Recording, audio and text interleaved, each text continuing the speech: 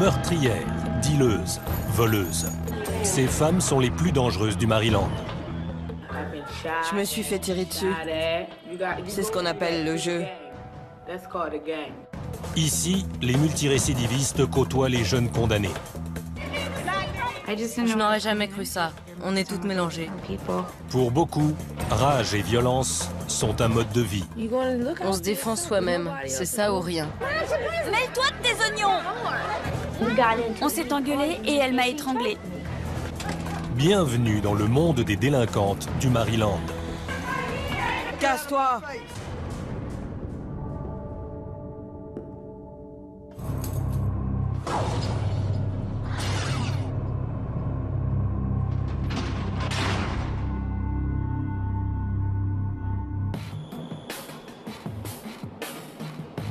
Jessup, non loin de Baltimore. Ici se dresse la seule prison pour femmes du Maryland. Meurtrières, kidnappeuses, droguées. Toutes les délinquantes atterrissent ici, au MCIW. Dites à ma mère que je l'aime. Dites-leur comment c'est à Washington. Les arrivées s'enchaînent. Chaque année, près de 1300 condamnés défilent dans le bureau d'admission de l'établissement. Elles sont fouillées et interrogées avant de se voir assigner une cellule.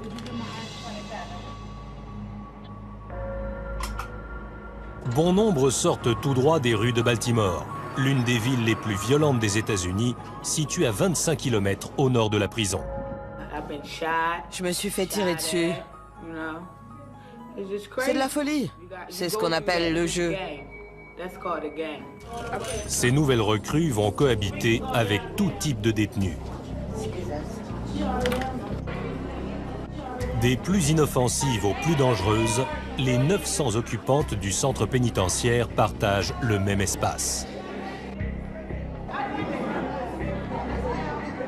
C'est des enfoirés. C'est pas pareil. Certaines ont plus de mal que d'autres à s'adapter, comme Paris Pratt. J'ai dû faire virer des co-détenus. Parce qu'en ce moment, je ne supporte pas tous ces trucs débiles que les gens apportent dans votre cellule. J'ai pas décoré la mienne, parce que je veux pas m'y sentir comme chez moi. Un an après son arrivée, Paris ne s'est toujours pas intégré. Il y a des jours, je me réveille du bon pied, et d'autres jours, j'ai des envies de meurtre. Âgée de 25 ans seulement, la jeune femme a été condamnée à perpétuité. Abandonnée à l'adolescence, elle a vendu du crack pour survivre. Aujourd'hui, elle est incarcérée pour avoir abattu de sang-froid un jeune garçon de 16 ans. J'ai été condamnée pour meurtre avec préméditation. J'ai pris perpète, sans possibilité de liberté sur parole. On m'a décrite comme un monstre. Dans le comté de Montgomery, banlieue de Washington, Paris est la première femme condamnée à la prison à vie sans possibilité de libération conditionnelle. J'ai tiré 2 fois. Il est tombé en arrière. Il a essayé de se relever, mais il n'a pas pu. Selon la police, elle pensait que le garçon était un mouchard. Paris, elle, parle de légitime défense. Ça a dégénéré. Il a sorti un peu la main de sa poche et j'ai vu qu'il avait un couteau. Mon premier réflexe a été de me défendre. Derrière les barreaux, Paris s'efforce de se contenir. À la moindre infraction, elle sera placée en cellule d'isolement. Si on me touche, j'irai au mitard, parce que je vais pas me laisser faire. L'isolement est réservé aux prisonnières les plus violentes. Elles sont confinées dans leur cellule 23 heures sur 24, un traitement vécu comme un enfer. J'y suis jamais allée, Dieu merci. Parce que je me tiens à carreau. Les surveillants, comme le capitaine Anna, ont pour rôle de contrôler les détenus. En 20 ans de carrière, cette mère de 3 enfants a croisé toutes sortes de criminels, hommes et femmes. Elle sait que ces prisonnières vivent sur le fil du rasoir. On travaille avec des gens qui ont commis des crimes et qui peuvent récidiver. C'est là le danger. Ces gens sont instables. Ils ont des problèmes psychologiques, des problèmes affectifs. Et certains ne vous aiment pas. Avant le comptage journalier, la surveillante parcourt l'enceinte de la prison afin de s'assurer que les détenus sont bien à l'intérieur. Sachant à quel point ces femmes peuvent être imprévisibles, elle s'approche prudemment d'une prisonnière criant à la fenêtre de sa cellule. Personne veut m'aider? Aidez-moi! J'ai besoin qu'on m'aide. J'arrête pas de taper à la porte et aux fenêtres pour qu'on m'aide, et personne ne vient. J'ai besoin d'aide. Où est le problème? La détenue pourrait bien chercher à la blesser à travers les barreaux. La surveillante va s'efforcer de la tranquilliser. Pour les maîtriser, il faut rester calme. Elles finissent par s'arrêter. Si on se met à crier, ça part en vrille. Et on perd le contrôle de la situation. Mais le recours à la force s'impose parfois. Les contacts physiques étant fréquents entre prisonnières et personnel, 90% des surveillants sont des femmes. Tout comme leurs collègues masculins, elles observent une règle de base. On peut se faire agresser à tout moment. Ça m'est déjà arrivé. La menace est permanente. Il ne faut pas oublier qu'on est dans une prison. Les fautrices de troubles ne peuvent être transférées ailleurs.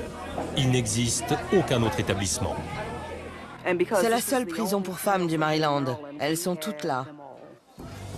Or, cohabiter n'est pas toujours facile. Il y a des bagarres pour des problèmes de copinage, parce qu'on a une ennemie. Ça peut être une histoire de gang, ou bien encore un prétexte pour impliquer les surveillants. Certaines filles déclenchent des bagarres pour agresser le personnel. Le bâtiment 192 est l'une des 4 principales unités de la prison. Il comporte 4 blocs. L'un d'eux, le bloc D, accueille les détenus présentant de graves problèmes comportementaux.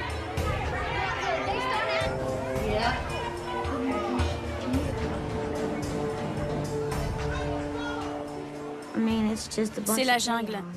Il y en a qui tapent, qui shootent dans la porte, qui insultent la police ou les filles qui passent devant leur porte.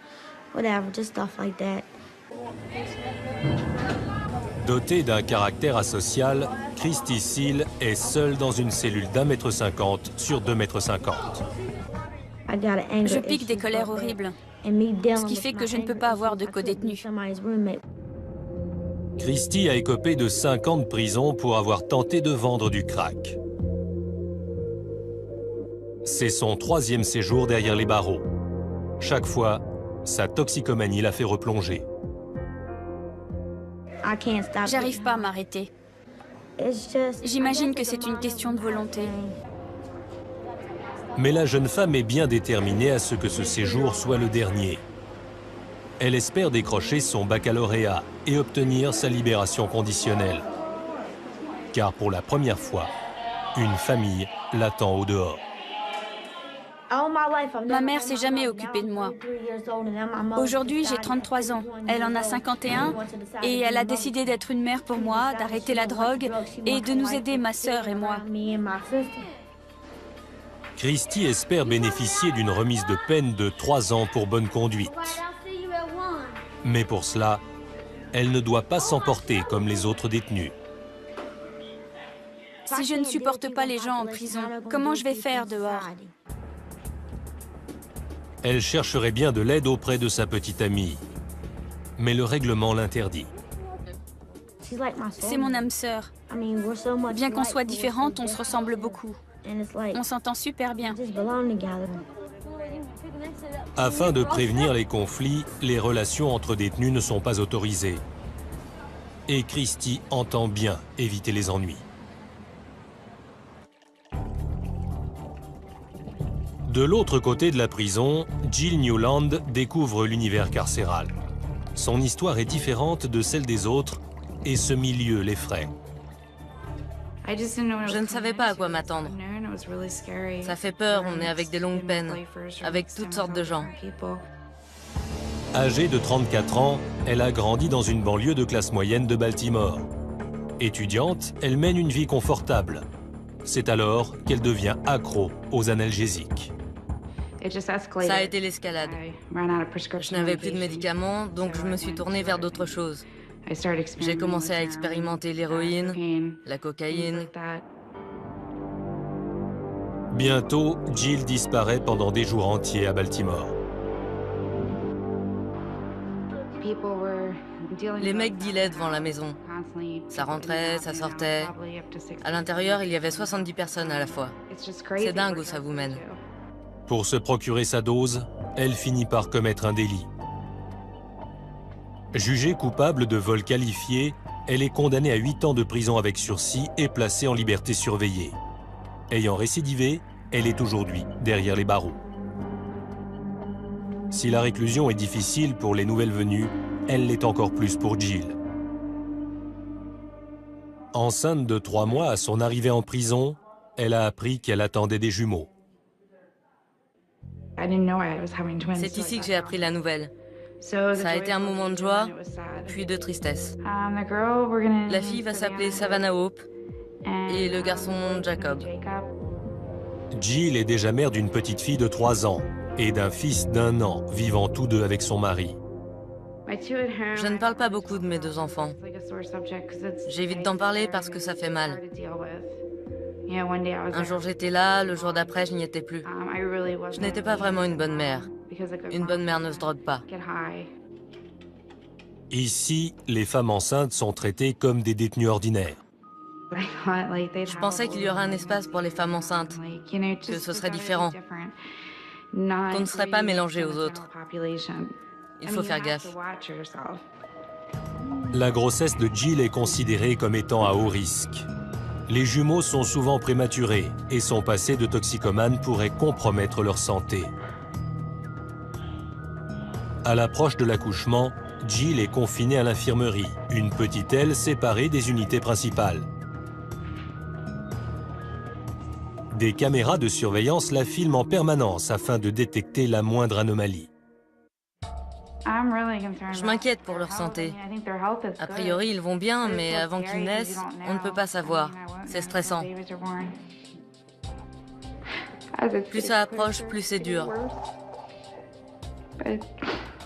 Je ne peux rien faire à part attendre. Il faut vivre au jour le jour en espérant que ça aille. Mais l'épreuve sera plus dure encore que Jill ne l'imagine.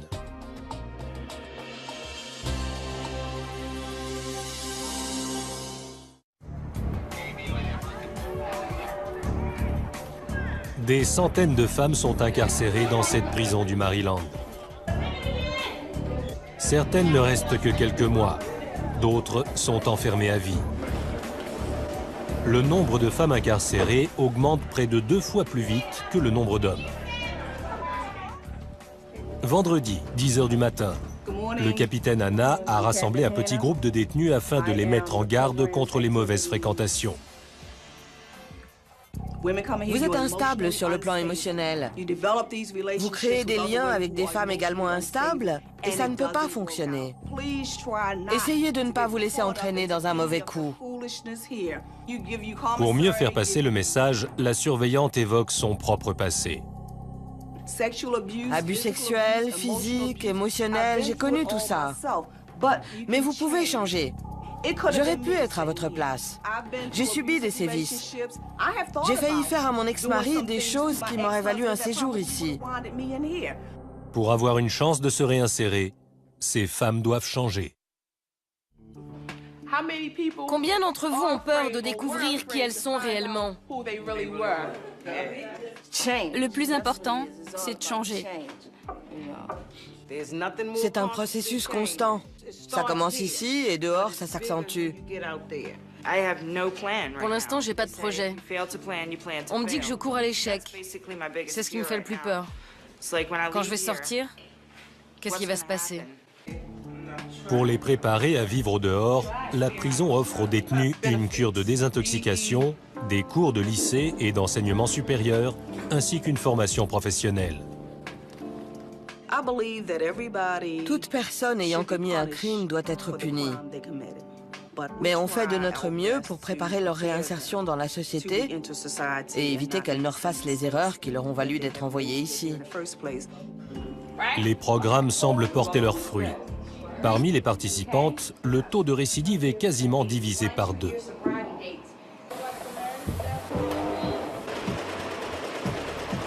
L'atelier de confection offre l'une des meilleures formations.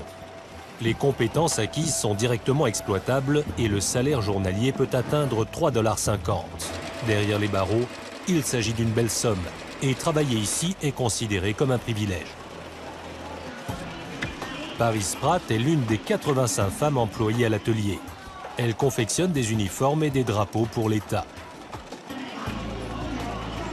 Ce travail la tient occupée et l'empêche de penser à l'enfermement, du moins dans une certaine mesure.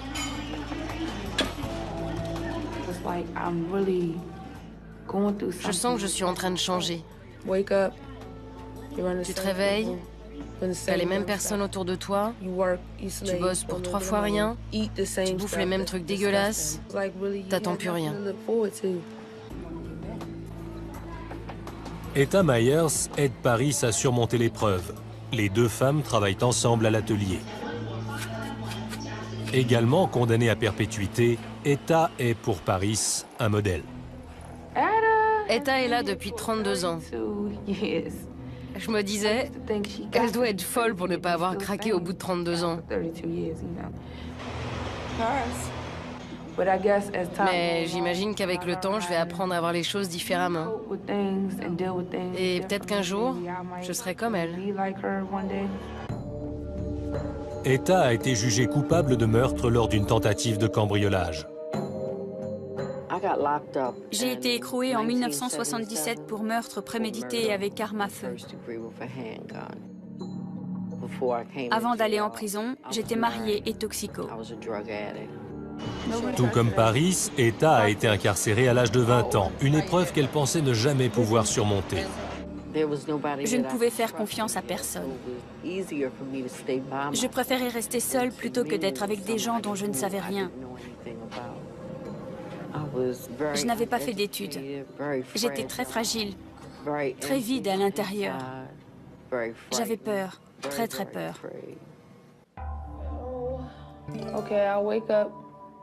Je me réveille en colère. Je me couche en colère.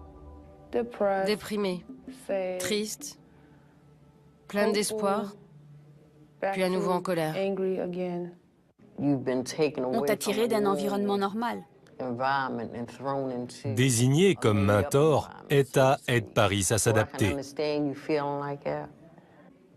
On m'a toujours dit d'accepter la vie telle qu'elle est.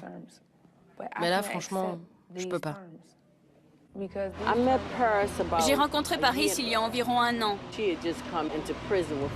Elle venait d'être condamnée à perpète. Il voulait qu'elle sache qu'il y a des gens qui sont là depuis longtemps et qui s'en tirent bien. Elle m'a demandé « Tu es là depuis combien de temps ?»« Oh, t'as l'air tellement bien. »« Bien, je ne sais pas ce que ça veut dire, mais merci. » Etta a conscience que Paris est à cran. Je ne pense pas qu'elle ait réalisé. Ce n'est pas encore bien réel à ses yeux. Quand on purge une peine de longue durée, souvent il faut 2-3 ans avant de réaliser et d'être capable d'accepter. Pour ceux qui n'acceptent pas, c'est dur. C'est très dur de vivre en prison. Ils se laissent envahir par la folie, par les idées négatives, et ça les mène en psychiatrie ou au mitard. Etta espère que Paris saura gérer sa vie derrière les barreaux sans succomber à la folie ni à la violence. Elle surveille étroitement la jeune fille, en particulier dans l'atelier de confection où elle manipule des outils pointus pour éviter qu'elle ne se blesse ou n'agresse une camarade.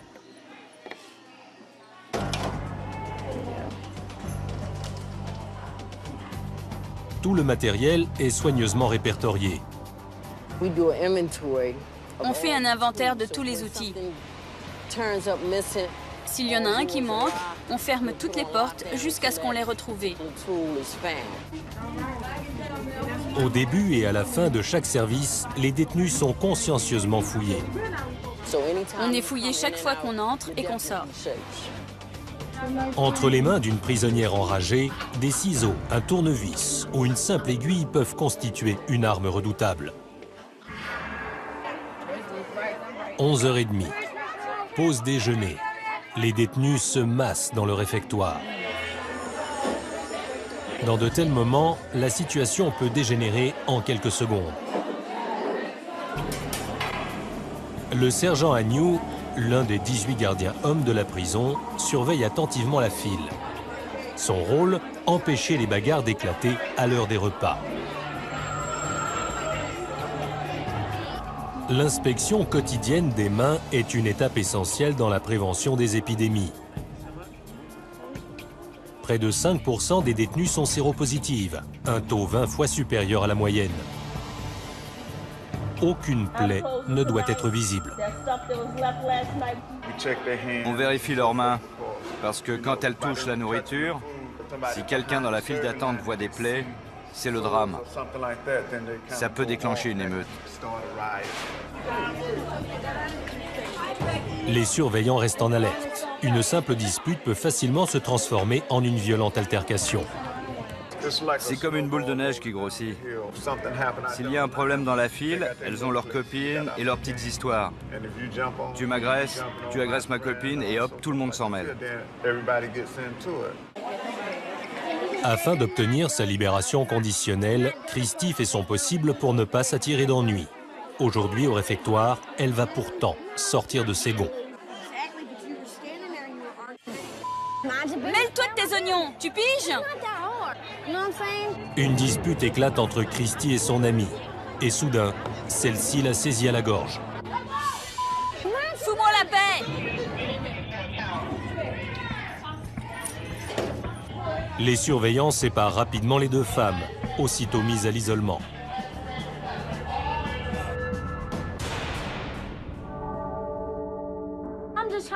C'est pas la peine de m'enfermer, j'ai rien fait, j'ai touché personne. Pourquoi vous me menotez? On m'explique rien. Malgré ses efforts pour bien se comporter, Christy se retrouve à l'isolement. Elle craint que ses chances d'être libérée et de retrouver sa famille ne soient compromises.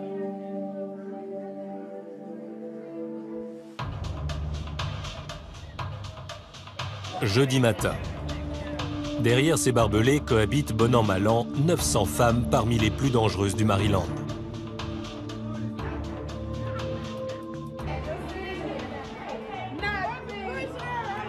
Cette population comporte en moyenne 20 femmes enceintes. Parmi elles, Jill Newland, dont l'accouchement est prévu dans une vingtaine de jours.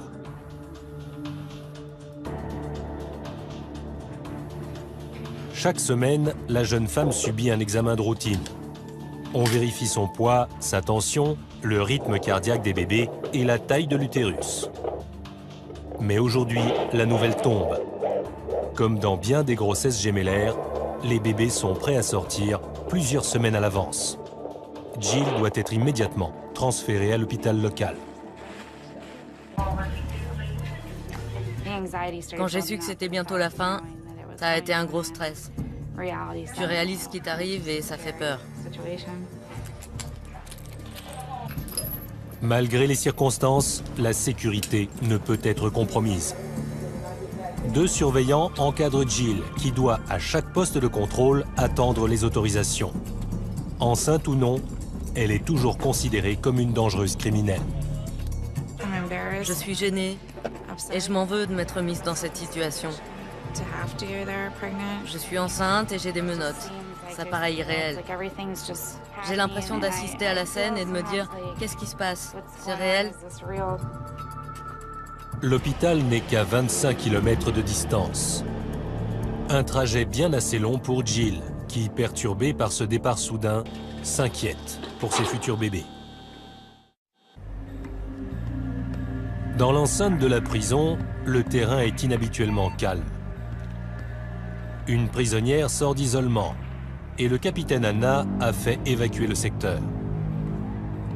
Toutes les activités extérieures sont suspendues le temps du transfert. Une surveillante ne lâche pas la détenue d'une semelle. Sa mission, la protéger des attaques éventuelles. Il ne doit y avoir aucune détenue sur le terrain. On a la charge de protéger la prisonnière parce qu'elle est menottée. En cas de problème, elle ne peut pas se défendre. Si elle s'est battue et que la personne a des amis dans la population générale, elle peut avoir une ennemie. Le service de sécurité doit également prévenir le risque d'agression du personnel. Face à des criminels, les surveillants ne doivent à aucun moment baisser la garde. Le capitaine Anna l'a appris à ses dépens. En début de carrière, elle a été agressée par un détenu. Il lui a fallu des mois pour s'en remettre. J'étais en poste depuis 4 mois. J'ai été agressée dans une prison de sécurité maximale. Le détenu est arrivé en courant, il m'a sauté dessus et il m'a poignardé à l'épaule, au dos et aux côtés de la figure. Il m'a frappé 5 fois. Au début, je n'ai pas réalisé, j'ai cru que c'était des coups de poing. J'ai repris le travail parce que je savais en acceptant ce poste qu'on risque sa vie en prison. Le capitaine Anna est bien consciente des dangers liés à sa profession, en particulier lorsqu'elle s'occupe de détenus placés à l'isolement. Les 48 cellules du quartier disciplinaire sont réservées aux prisonnières ayant enfreint le règlement. Les détenus y sont confinés quasiment en permanence dans leurs cellules. Elles n'ont droit qu'à 2 douches par semaine. C'est un lieu sombre, bruyant et effrayant. Pour le personnel, c'est la mesure disciplinaire ultime.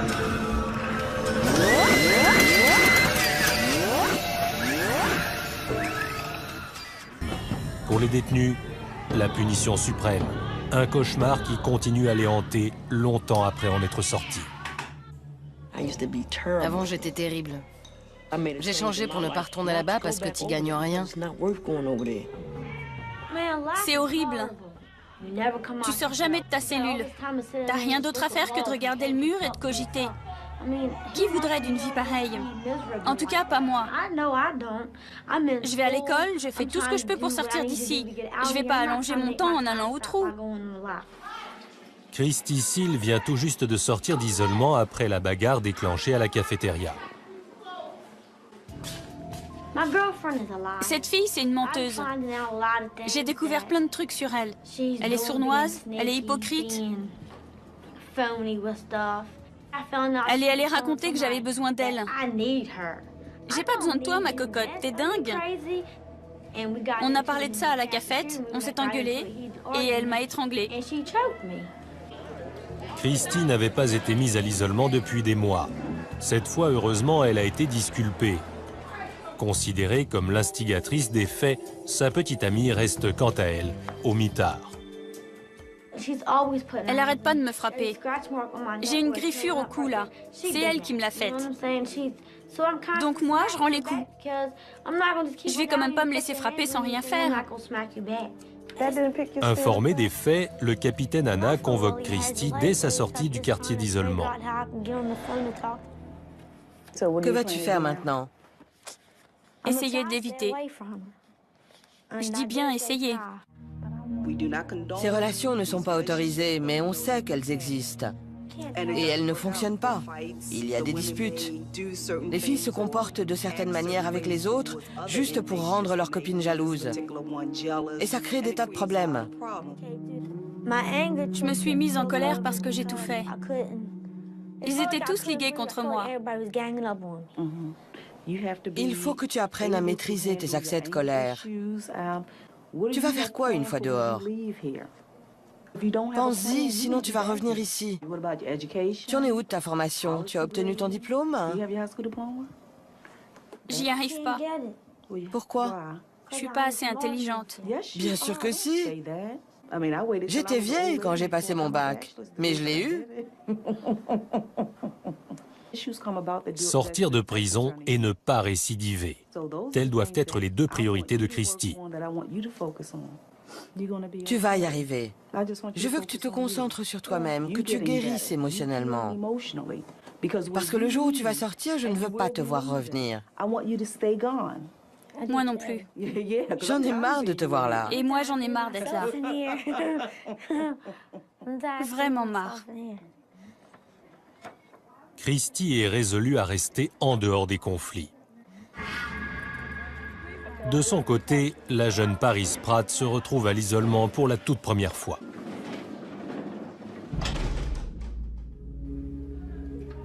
Elle est accusée d'avoir craché sur l'une de ses camarades, une grave infraction au règlement.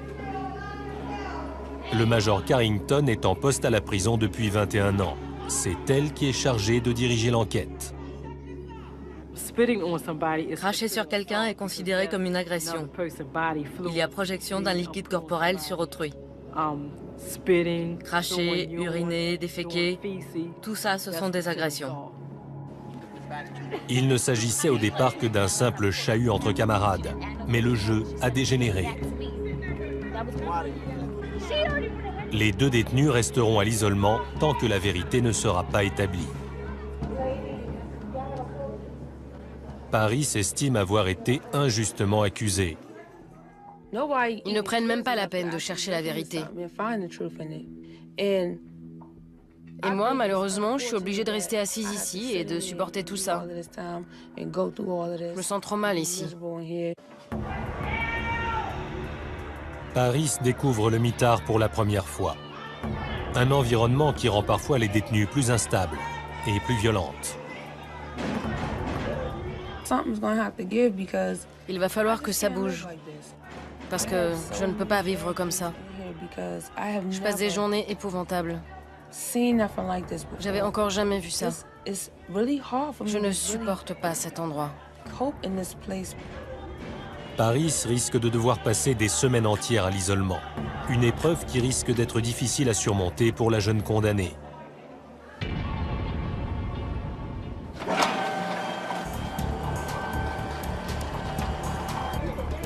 « 15 heures.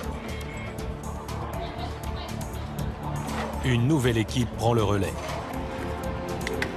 Pour leur propre sécurité, les surveillants procèdent à une fouille minutieuse des différentes unités. Tous les jours, à chaque changement de service, les surveillants qui arrivent doivent fouiller les parties communes. Le personnel fouille régulièrement les cellules, mais les détenus cachent également des produits de contrebande tels que rasoirs et drogues dans les parties communes. Quand elles veulent en faire passer, c'est là qu'elles les cachent. N'importe qui peut venir les prendre. Si on trouve quelque chose dans la partie commune, on ne peut pas dire ça, ça appartient à telle personne.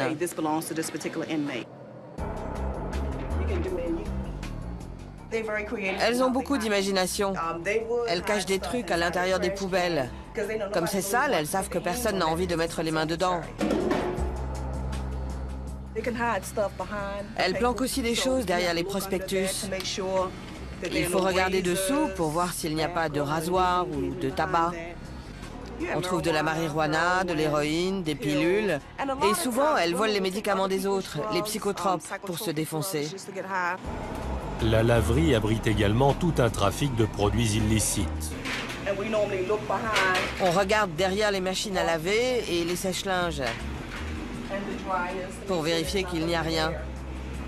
Et on vérifie aussi à l'intérieur. Quelqu'un a laissé ses vêtements. Je les secoue pour vérifier qu'il n'y a rien.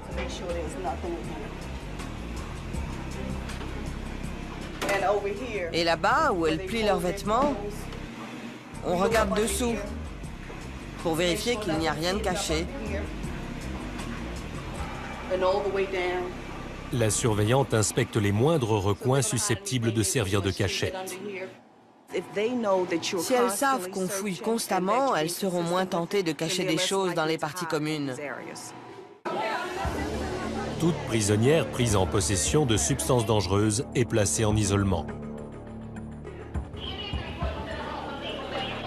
Paris Pratt est libérée après un séjour d'une semaine.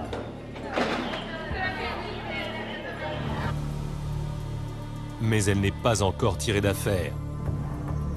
Car si la commission de discipline a décidé l'abandon des poursuites pour agression, Paris doit encore être jugée pour le violent tapage commis le même soir. Elle encourt une prolongation de son séjour à l'isolement. L'accusation semble bénigne, mais en prison, la situation peut rapidement s'envenimer. Le surveillant Bartlow supervise les procédures disciplinaires. Ça commence par un simple jeu, puis quelqu'un s'offusque parce qu'on l'a bousculé un peu trop fort, aucune remarque ne lui plaît pas, et les coups de poing partent. L'établissement autorise parfois une autre détenue à représenter l'accusé. Son rôle est d'argumenter en faveur de sa camarade et de veiller à l'équité du traitement. Lors de ces audiences, les prisonnières sont étroitement menottées. Il y a eu des cas dans le passé où des détenus qui n'étaient pas entravés ont blessé le représentant de la commission ou l'agent de sécurité. Elles étaient contrariées par les décisions les concernant. Le surveillant lit le compte-rendu d'incident. À 18h40, alors que les détenus rentraient du réfectoire, j'ai vu les détenus Paris Pratt, matricule 92 35 05, et Crystal se tirer par la chemise et se poursuivre. Je leur ai ordonné d'arrêter de chahuter et de rentrer. Il ne s'agit pas d'un acte violent. La camarade de Paris affirme que celle-ci n'a pas joué de véritable rôle dans l'incident.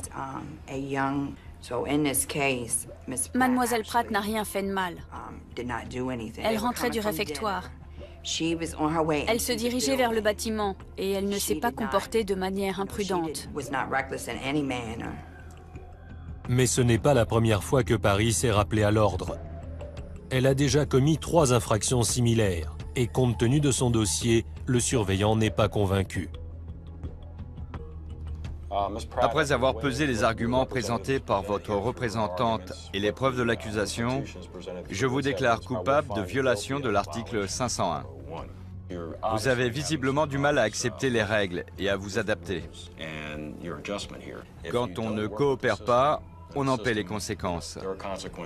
Si dans les 3 prochains mois, vous commettez une nouvelle infraction, la commission de discipline sera contrainte de vous placer en cellule disciplinaire. Compris ? Paris s'en tire pour cette fois, mais elle est sur la corde raide. À la moindre infraction, elle sera aussitôt placée à l'isolement. Je dois m'estimer contente. J'ai rien à dire.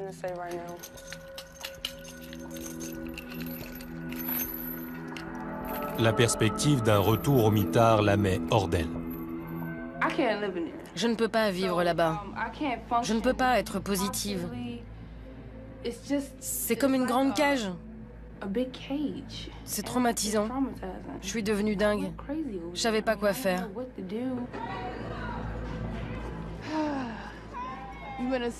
T'es dans une cage comme un animal. Ça gueule, ça crie. C'est un truc de fou. De retour à l'atelier, Paris tente de se replonger dans la routine et de s'absorber dans son travail. Mais elle ne peut oublier sa colère. Je suis frustrée. J'en ai marre de cette prison. Marre de cet endroit où il y a plein de pourris. Je vais sûrement avoir des problèmes pour avoir dit ça. Mais je m'en fiche. La jeune femme sait que cet accès de colère risque de lui coûter cher, mais elle a beaucoup de mal à contrôler sa frustration. À l'hôpital local, les jumeaux de Jill Newland, Savannah Hope et Jacob Michael viennent tout juste de naître. La fille fait 2,830 kg. 6 pounds, 3.8 ounces. And the boy et le garçon 2,380 kg. Tous deux sont en bonne santé. Quand je suis arrivée, j'étais inquiète. Je me demandais comment ça allait se passer à cause des risques. Mais tout s'est bien passé. J'étais très contente. Pourtant, même ici, Jill ne peut oublier son statut de prisonnière. Les seules personnes réunies à son chevet sont les surveillantes de la prison. Les surveillantes restent avec moi dans la chambre. Vous ne pouvez pas appeler votre famille et dire à tout le monde de venir parce que c'est contraire à la sécurité. Je m'en veux énormément. Je me dis, regarde ce que tu as fait. Comment on peut être aussi bête pour en être arrivé là? Je devrais être avec ma famille, mon mari, sa famille. Ça devrait être une joie pour tout le monde. Au lieu de ça, j'accouche en prison. Les pauvres jumeaux. À Jessup, 80% des détenus sont mères. Lorsqu'elles sont écrouées, leurs enfants sont confiés à la garde de la famille ou placés en foyer d'accueil. En l'occurrence, c'est le mari de Jill qui s'occupera des bébés. Il passera à l'hôpital dans l'après-midi. Je ne sais pas si on peut se préparer à ce genre de choses. Mais de toute façon, je n'ai pas le choix. J'aimerais pouvoir arrêter le temps.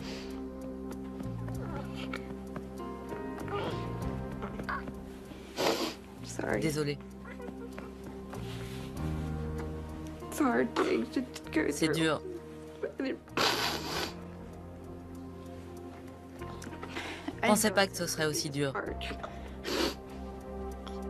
Dans quelques heures, Jill devra abandonner ses jumeaux et retourner dans une cellule d'1,50 m par 2,50 m pour encore 7 ans.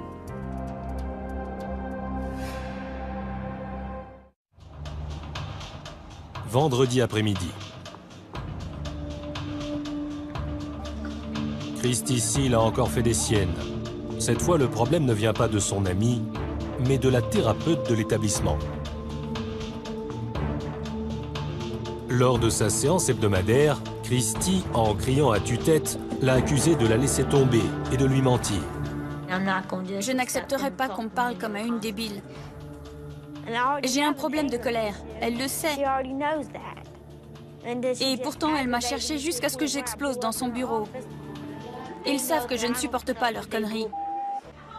Christy a conscience d'avoir peut-être compromis ses chances d'être libérée et de retrouver sa famille.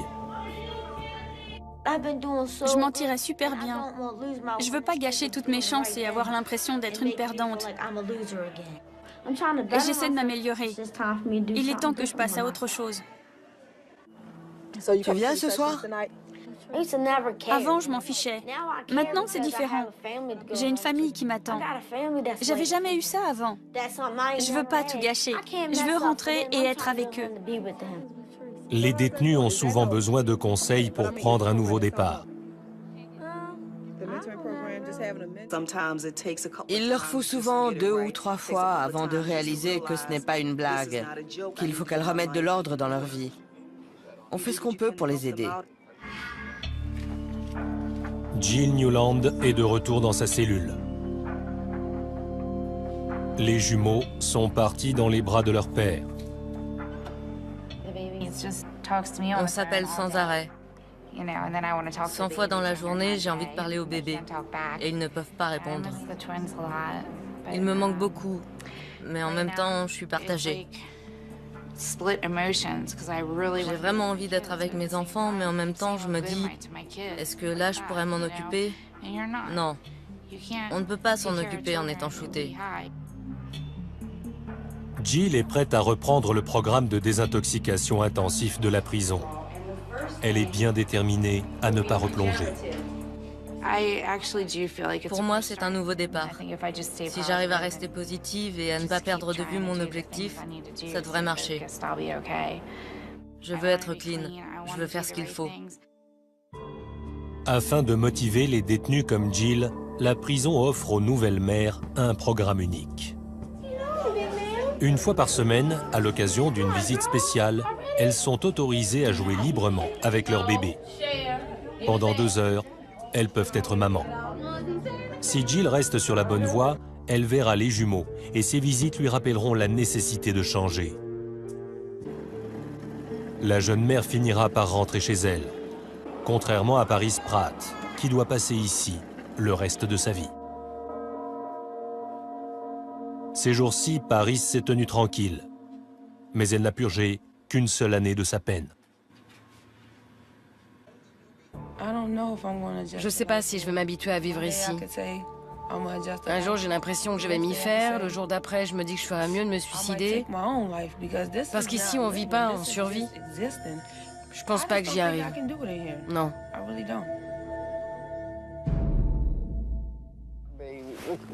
Pour ne pas sombrer, Paris continue de voir régulièrement son aîné, Etta Myers. C'est une expérience effrayante. Je pense qu'elle va s'en sortir, mais ça ne sera pas sans heurts.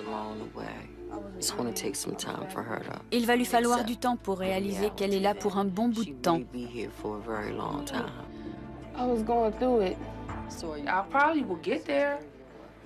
Je vais m'y faire si je dois rester là pendant des années. On n'a pas le choix. Il faut qu'on accepte, mais pour l'instant, c'est pas ça. Paris pourra-t-elle s'adapter? Seul l'avenir nous le dira. Toutes celles qui viennent ici ont un problème.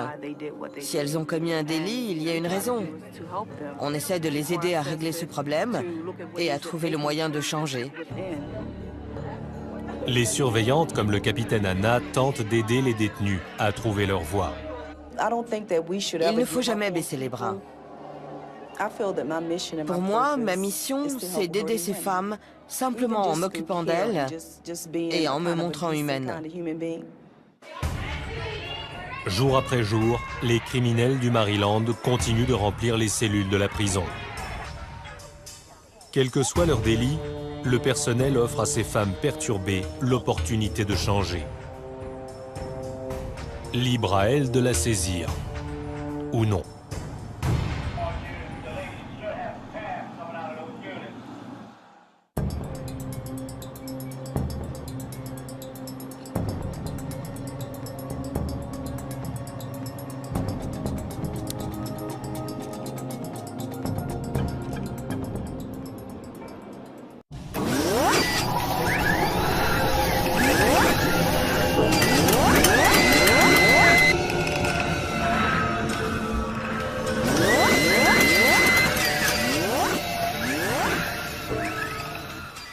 C'est de la folie. C'est ce qu'on appelle le jeu. Ces nouvelles recrues vont cohabiter avec tout type de détenus. Des plus inoffensives aux plus dangereuses, les 900 occupantes du centre pénitentiaire partagent le même espace. C'est des enfoirés! C'est pas pareil. Certaines ont plus de mal que d'autres à s'adapter, comme Paris Pratt. J'ai dû faire virer des co-détenus. Parce qu'en ce moment, je ne supporte pas tous ces trucs débiles que les gens apportent dans votre cellule. J'ai pas décoré la mienne, parce que je veux pas m'y sentir comme chez moi. Un an après son arrivée, Paris ne s'est toujours pas intégrée. Il y a des jours, je me réveille du bon pied, et d'autres jours, j'ai des envies de meurtre. Âgée de 25 ans seulement, la jeune femme a été condamnée à perpétuité. Abandonnée à l'adolescence, elle a vendu du crack pour survivre. Aujourd'hui, elle est incarcérée pour avoir abattu de sang-froid un jeune garçon de 16 ans. J'ai été condamnée pour meurtre avec préméditation. J'ai pris perpète, sans possibilité de liberté sur parole. On m'a décrite comme un monstre. Dans le comté de Montgomery, banlieue de Washington, Paris est la première femme condamnée à la prison à vie sans possibilité de libération conditionnelle. J'ai tiré 2 fois. Il est tombé en arrière.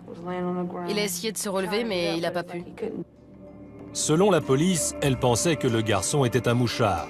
Paris, elle, parle de légitime défense. Ça a dégénéré. Il a sorti un peu la main de sa poche et j'ai vu qu'il avait un couteau. Mon premier réflexe a été de me défendre. Derrière les barreaux, Paris s'efforce de se contenir. À la moindre infraction, elle sera placée en cellule d'isolement. Si on me touche, j'irai au mitard, parce que je vais pas me laisser faire.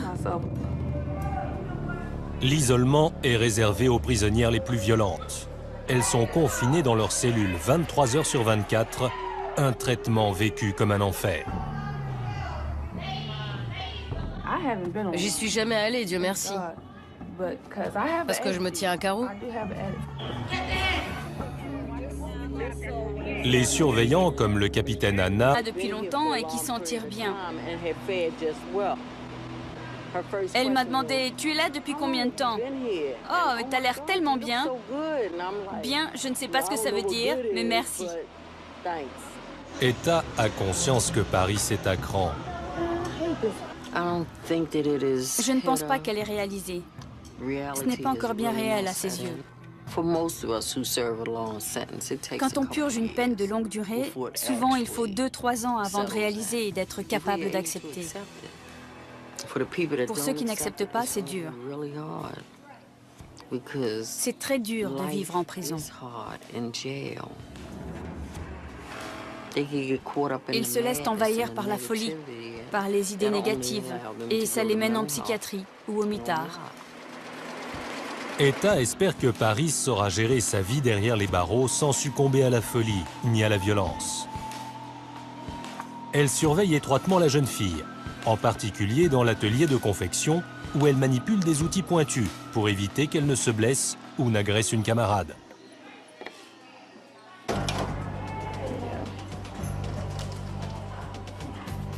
Tout le matériel est soigneusement répertorié. On fait un inventaire de tous les outils. S'il y en a un qui manque, on ferme toutes les portes jusqu'à ce qu'on l'ait retrouvé. Au début et à la fin de chaque service, les détenus sont consciencieusement fouillés. On est fouillé chaque fois qu'on entre et qu'on sort. Entre les mains d'une prisonnière enragée, des ciseaux, un tournevis ou une simple aiguille peuvent constituer une arme redoutable. 11h30. Pause déjeuner. Les détenus se massent dans le réfectoire. Dans de tels moments, la situation peut dégénérer en quelques secondes. Le sergent Agnew, l'un des 18 gardiens hommes de la prison, surveille attentivement la file. Son rôle, empêcher les bagarres d'éclater à l'heure des repas. L'inspection quotidienne des mains est une étape essentielle dans la prévention des épidémies. Près de 5% des détenus sont séropositives, un taux 20 fois supérieur à la moyenne. Aucune plaie ne doit être visible. On vérifie leurs mains, parce que quand elles touchent la nourriture, si quelqu'un dans la file d'attente voit des plaies, c'est le drame. Ça peut déclencher une émeute. Les surveillants restent en alerte. Une simple dispute peut facilement se transformer en une violente altercation. Les surveillantes restent avec moi dans la chambre. Vous ne pouvez pas appeler votre famille et dire à tout le monde de venir, parce que c'est contraire à la sécurité. Je m'en veux énormément. Je me dis, regarde ce que tu as fait. Comment on peut être aussi bête pour en être arrivé là? Je devrais être avec ma famille, mon mari, sa famille. Ça devrait être une joie pour tout le monde. Au lieu de ça, j'accouche en prison. Les pauvres jumeaux. À Jessup, 80% des détenus sont mères. Lorsqu'elles sont écrouées, leurs enfants sont confiés à la garde de la famille ou placés en foyer d'accueil. En l'occurrence, c'est le mari de Jill qui s'occupera des bébés. Il passera à l'hôpital dans l'après-midi. Je ne sais pas si on peut se préparer à ce genre de choses. Mais de toute façon, je n'ai pas le choix.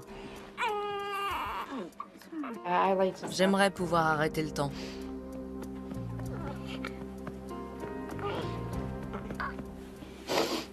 Désolée. C'est dur. Je pensais pas que ce serait aussi dur. Dans quelques heures, Jill devra abandonner ses jumeaux et retourner dans une cellule d'1,50 m par 2,50 m pour encore 7 ans.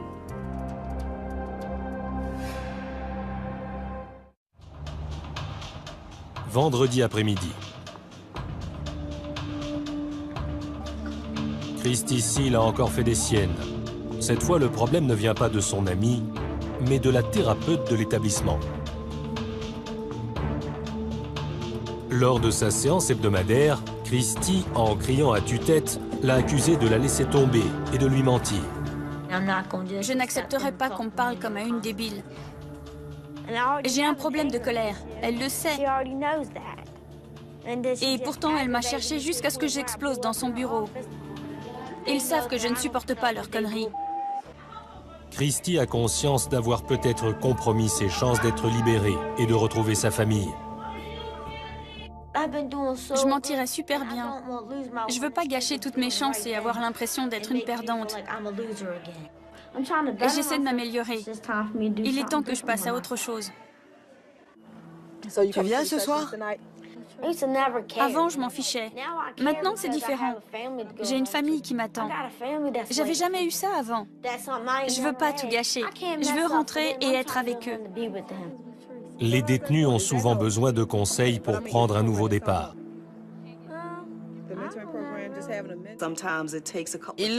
C'est ce qu'on appelle le jeu. Ici, les multirécidivistes côtoient les jeunes condamnés. Je n'aurais jamais cru ça. On est toutes mélangées. Pour beaucoup, rage et violence sont un mode de vie. On se défend soi-même. C'est ça ou rien. Mêle-toi de tes oignons! On s'est engueulé et elle m'a étranglée. Bienvenue dans le monde des délinquantes du Maryland. Casse-toi!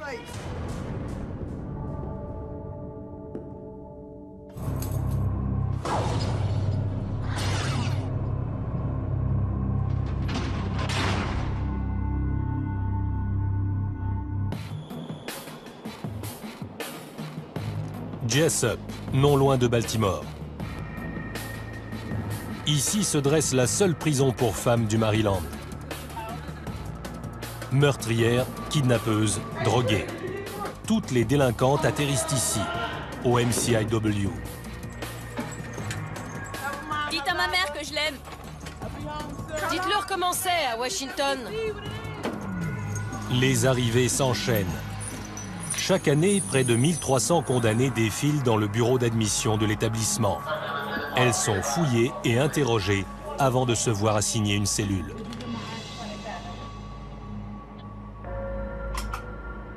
Bon nombre sortent tout droit des rues de Baltimore, l'une des villes les plus violentes des États-Unis, située à 25 km au nord de la prison. Je me suis fait tirer dessus. C'est de la folie. C'est ce qu'on appelle le jeu. Ces nouvelles recrues vont cohabiter avec tout type de détenus. Des plus inoffensives aux plus dangereuses, les 900 occupantes du centre pénitentiaire partagent le même espace. C'est des enfoirés. C'est pas pareil. Certaines ont plus de mal que d'autres à s'adapter, comme Paris Pratt. J'ai dû faire virer des co-détenus. Parce qu'en ce moment, je ne supporte pas tous ces trucs débiles que les gens apportent dans votre cellule. J'ai pas décoré la mienne, parce que je veux pas m'y sentir comme chez moi. Un an après son arrivée, Paris ne s'est toujours pas intégré.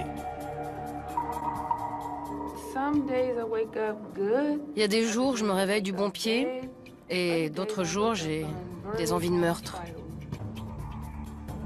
Âgée de 25 ans seulement, la jeune femme a été condamnée à perpétuité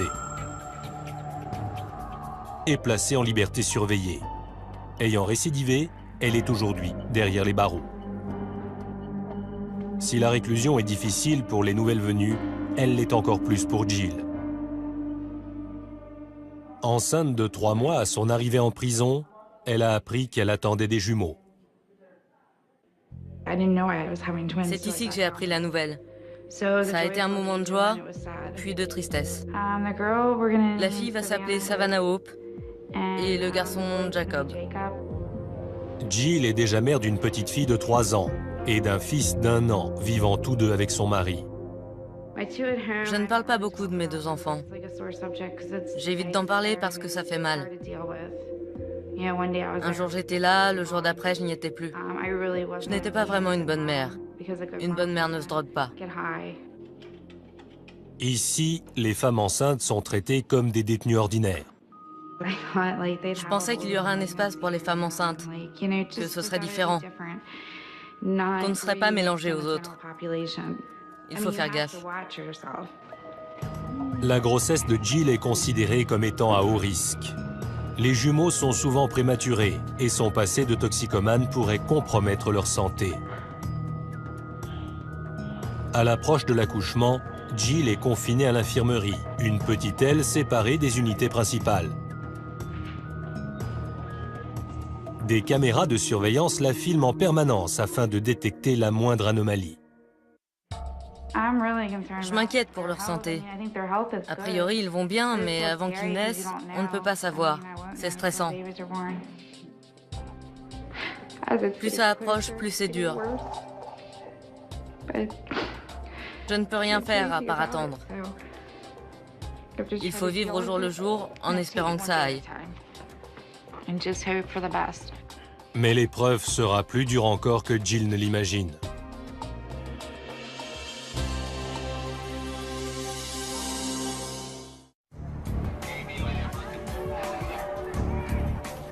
Des centaines de femmes sont incarcérées dans cette prison du Maryland. Certaines ne restent que quelques mois, d'autres sont enfermées à vie. Le nombre de femmes incarcérées augmente près de 2 fois plus vite que le nombre d'hommes. Vendredi, 10 h du matin, le capitaine Anna a rassemblé un petit groupe de détenus afin de les mettre en garde contre les mauvaises fréquentations. Vous êtes instable sur le plan émotionnel. Vous créez des liens avec des femmes également instables et ça ne peut pas fonctionner. Essayez de ne pas vous laisser entraîner dans un mauvais coup. Pour mieux faire passer le message, Toi de tes oignons, tu piges? une dispute éclate entre Christy et son amie. Et soudain, celle-ci la saisit à la gorge. Fous-moi la paix! Les surveillants séparent rapidement les 2 femmes, aussitôt mises à l'isolement.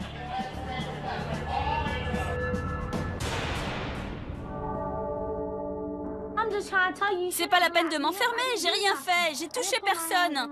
Pourquoi vous me menotez? On m'explique rien. Malgré ses efforts pour bien se comporter, Christy se retrouve à l'isolement. Elle craint que ses chances d'être libérée et de retrouver sa famille ne soient compromises.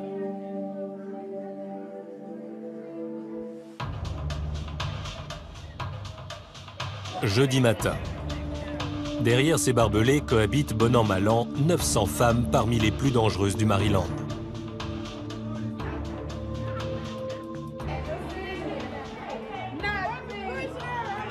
Cette population comporte en moyenne 20 femmes enceintes. Parmi elles, Jill Newland, dont l'accouchement est prévu dans une vingtaine de jours.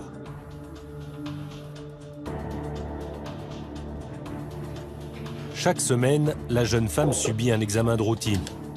On vérifie son poids, sa tension, le rythme cardiaque des bébés et la taille de l'utérus. Mais aujourd'hui, la nouvelle tombe. Comme dans bien des grossesses gémellaires, les bébés sont prêts à sortir plusieurs semaines à l'avance. Jill doit être immédiatement transférée à l'hôpital local. Quand j'ai su que c'était bientôt la fin, ça a été un gros stress. Tu réalises ce qui t'arrive et ça fait peur. Malgré les circonstances, la sécurité ne peut être compromise. 2 surveillants encadrent Jill, qui doit, à chaque poste de contrôle, attendre les autorisations. Enceinte ou non, elle est toujours considérée comme une dangereuse criminelle. Je suis gênée et je m'en veux de m'être mise dans cette situation. Je suis enceinte et j'ai des menottes. Ça paraît irréel. J'ai l'impression d'assister à la scène et de me dire « Qu'est-ce qui se passe? C'est réel ?» L'hôpital n'est qu'à 25 km de distance. Un trajet bien assez long pour Jill, qui, perturbée par ce départ soudain, s'inquiète pour ses futurs bébés.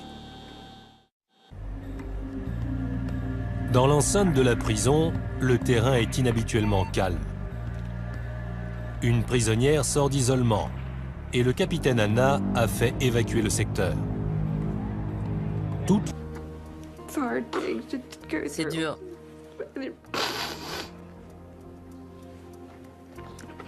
Je pensais pas que ce serait aussi dur.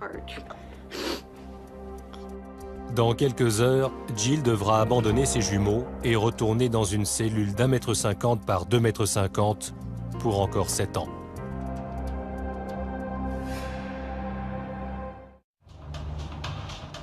Vendredi après-midi. Christy Seal a encore fait des siennes. Cette fois, le problème ne vient pas de son ami, mais de la thérapeute de l'établissement.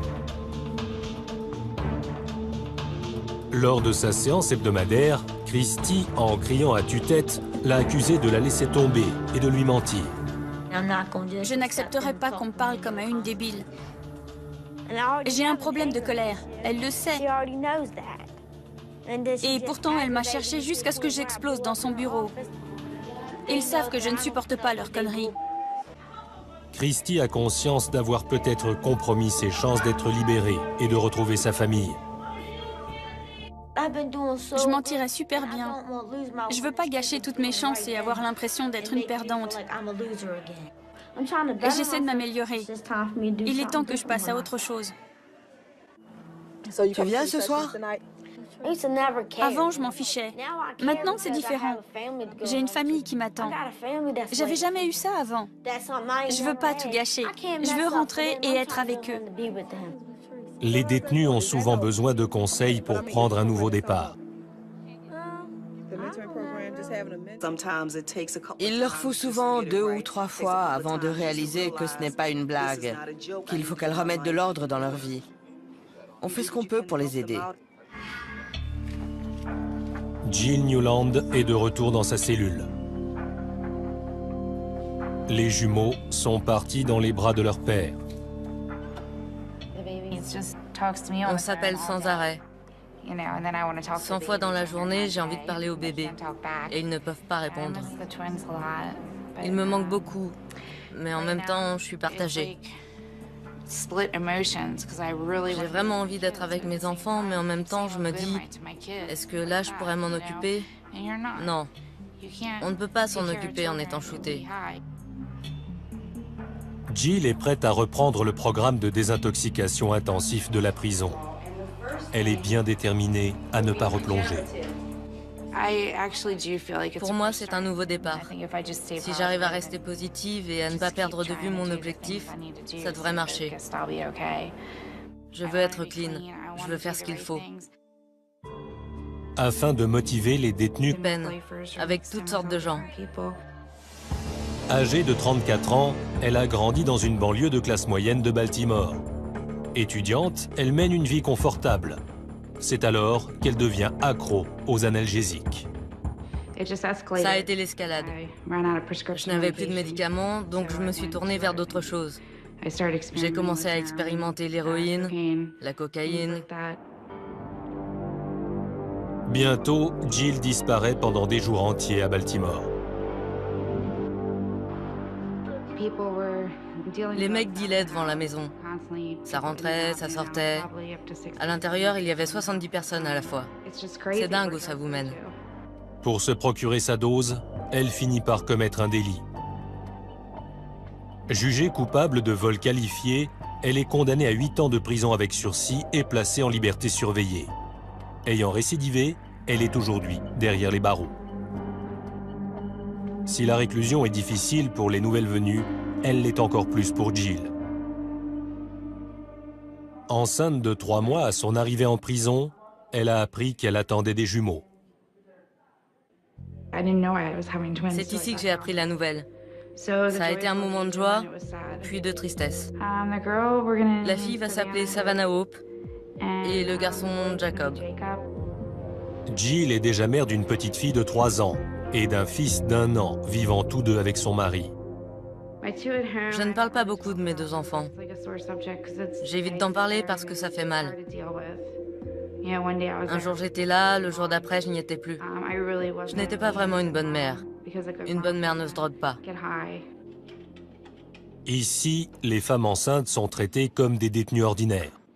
Je pensais qu'il y aurait un espace pour les femmes enceintes, que ce serait différent, qu'on ne serait pas mélangé aux autres. Il faut faire gaffe. La grossesse de Jill est considérée comme étant à haut risque. Les jumeaux sont souvent prématurés et son passé de toxicomane pourrait compromettre leur santé. À l'approche de l'accouchement, Jill est confinée à l'infirmerie, une petite aile séparée des unités principales. Des caméras de surveillance la filment en permanence afin de détecter la moindre anomalie. Je m'inquiète pour leur santé. A priori, ils vont bien, mais avant qu'ils naissent, on ne peut pas savoir. C'est stressant. Plus ça approche, plus c'est dur. Je ne peux rien faire à part attendre. Il faut vivre au jour le jour en espérant que ça aille. Mais l'épreuve sera plus dure encore. J'aurais pu être à votre place. J'ai subi des sévices. J'ai failli faire à mon ex-mari des choses qui m'auraient valu un séjour ici. Pour avoir une chance de se réinsérer, ces femmes doivent changer. Combien d'entre vous ont peur de découvrir qui elles sont réellement? Le plus important, c'est de changer. C'est un processus constant. Ça commence ici et dehors, ça s'accentue. Pour l'instant, j'ai pas de projet. On me dit que je cours à l'échec. C'est ce qui me fait le plus peur. Quand je vais sortir, qu'est-ce qui va se passer? Pour les préparer à vivre au dehors, la prison offre aux détenus une cure de désintoxication, des cours de lycée et d'enseignement supérieur, ainsi qu'une formation professionnelle. Toute personne ayant commis un crime doit être punie. Mais on fait de notre mieux pour préparer leur réinsertion dans la société et éviter qu'elles ne refassent les erreurs qui leur ont valu d'être envoyées ici. Les programmes semblent porter leurs fruits. Parmi les participantes, le taux de récidive est quasiment divisé par 2.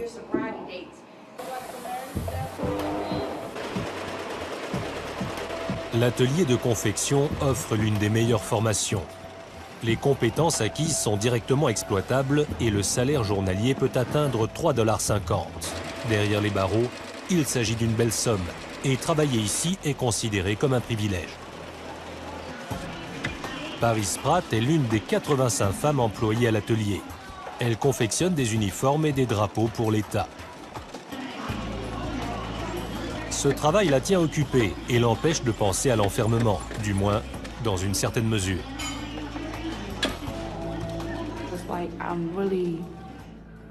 Je sens que je suis en train de changer.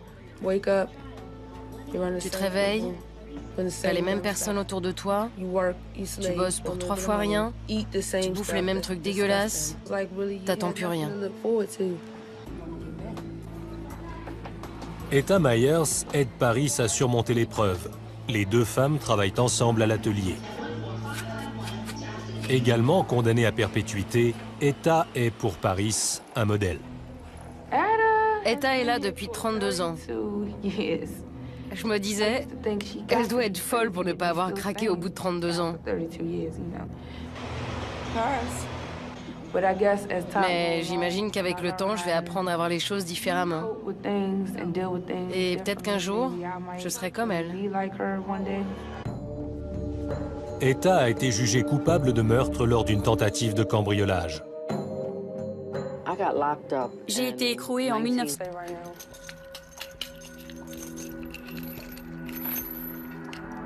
La perspective d'un retour au mitard la met hors d'elle. Je ne peux pas vivre là-bas. Je ne peux pas être positive. C'est comme une grande cage. C'est traumatisant. Je suis devenue dingue. Je savais pas quoi faire.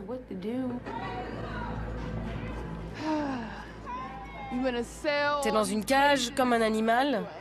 Ça gueule, ça crie. C'est un truc de fou. De retour à l'atelier, Paris tente de se replonger dans la routine et de s'absorber dans son travail. Mais elle ne peut oublier sa colère.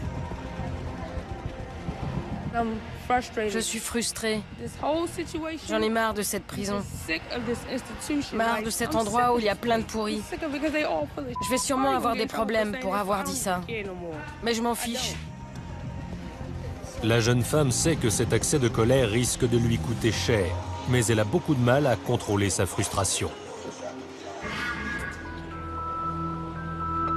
À l'hôpital local, les jumeaux de Jill Newland, Savannah Hope et Jacob Michael viennent tout juste de naître. La fille fait 2,830 kg. 6 pounds, 3.8 ounces. And the boy Et le garçon, 2,380 kg. Tous deux sont en bonne santé. Quand je suis arrivée, j'étais inquiète. Je me demandais comment ça allait se passer à cause des risques. Mais tout s'est bien passé. J'étais très contente. Pourtant, même ici, Jill ne peut oublier son statut de prisonnière. Les seules personnes réunies à son chevet sont les surveillantes de la prison. Les surveillantes restent avec moi dans la chambre. Vous ne pouvez pas appeler votre famille et dire à tout le monde de venir parce que c'est contraire à la sécurité. Je m'en veux énormément. Je me dis, regarde ce que tu as fait. Comment on peut être aussi bête pour en être arrivé là? Je devrais être avec ma famille, mon mari, sa famille. Ça devrait être une joie pour tout le monde. Au lieu de ça, j'accouche en prison. Les pauvres jumeaux.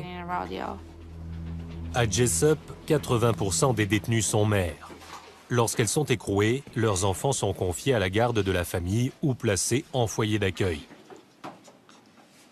En l'occurrence, c'est le mari de Jill qui s'occupera des bébés. Il passera à l'hôpital dans l'après-midi. Je ne sais pas si on peut... J'ai la prisonnière parce qu'elle est menottée. En cas de problème, elle ne peut pas se défendre. Si elle s'est battue et que la personne a des amis dans la population générale, elle peut avoir une ennemie. Le service de sécurité doit également prévenir le risque d'agression du personnel. Face à des criminels, les surveillants ne doivent à aucun moment baisser la garde. Le capitaine Anna l'a appris à ses dépens. En début de carrière, elle a été agressée par un détenu. Il lui a fallu des mois pour s'en remettre. J'étais en poste depuis 4 mois. J'ai été agressée dans une prison de sécurité maximale.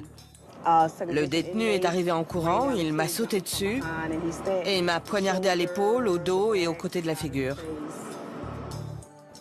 Il m'a frappé 5 fois. Au début, je n'ai pas réalisé, j'ai cru que c'était des coups de poing. J'ai repris le travail parce que je savais en acceptant ce poste qu'on risque sa vie en prison. Le capitaine Anna est bien consciente des dangers liés à sa profession, en particulier lorsqu'elle s'occupe de détenus placés à l'isolement. Les 48 cellules du quartier disciplinaire sont réservées aux prisonnières ayant enfreint le règlement. Les détenus y sont confinés quasiment en permanence dans leurs cellules. Elles n'ont droit qu'à 2 douches par semaine. C'est un lieu sombre, bruyant et effrayant. Pour le personnel, c'est la mesure disciplinaire ultime.